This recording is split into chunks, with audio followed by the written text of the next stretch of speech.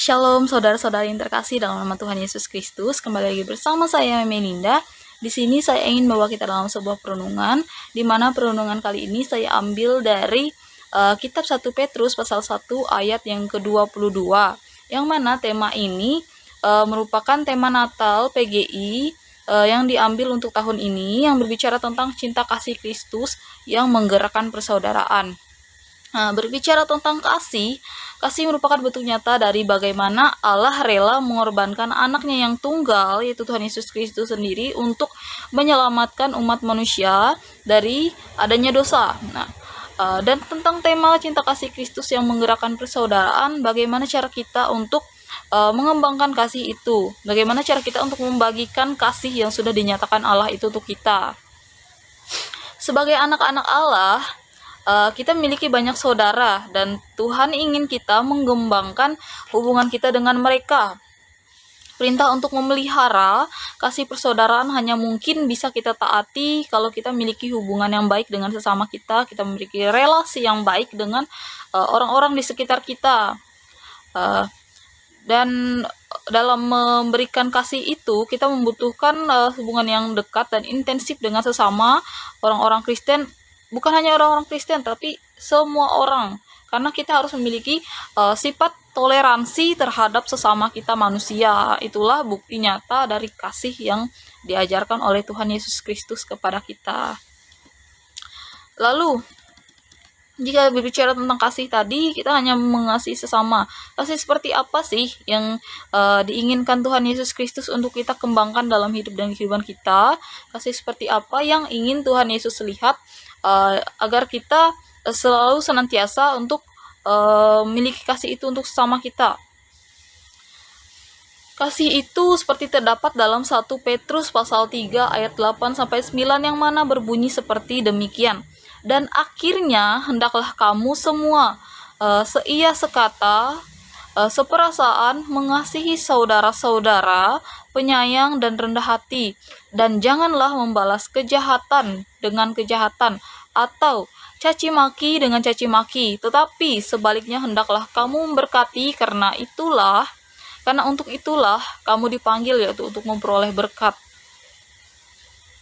Seperti yang tertulis dalam 1 Petrus pasal 3 ayat 8-9, di situ menyatakan bagaimana sikap kita untuk mengembangkan kasih persaudaraan itu, yaitu dengan menjadi orang pribadi yang seia sekata, pribadi yang berseperasaan, mengasihi saudara-saudara kita. Tuhan Yesus Kristus setelah mengetahui makna yang diajarkan oleh Tuhan Yesus Kristus tentang kasih itu, hendaklah kita menjadi seorang pribadi yang mana dapat menyebarkan kasih untuk sesama kita. Seperti sekarang ini kita dapat melihat banyak sekali keadaan yang membuat kita merasa down, merasa jatuh.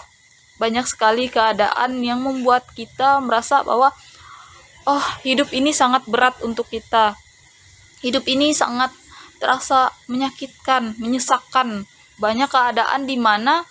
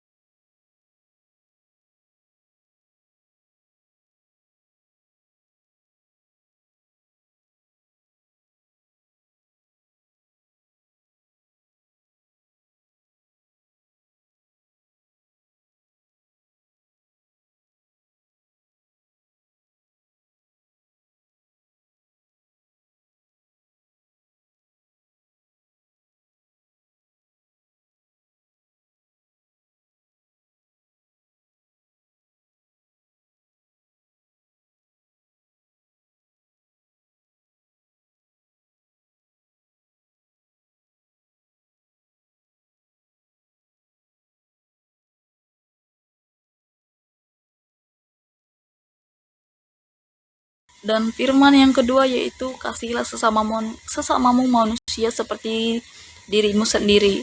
Jika kamu bisa mengasihi Tuhan, maka percaya untuk kasih yang kedua yaitu kasihilah sesamamu manusia seperti dirimu sendiri adalah hal yang mudah bagi kita, sebab jika kita mengasihi Allah maka kita bisa mengasihi manusia.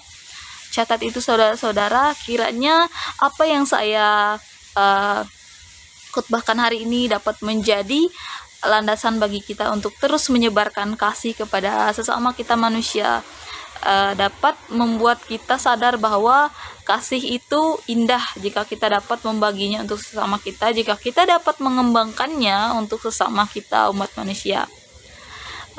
Sampai jumpa, Tuhan Yesus memberkati. Oh ya, jangan lupa like, comment, atau subscribe akun YouTube saya yaitu Meme Linda.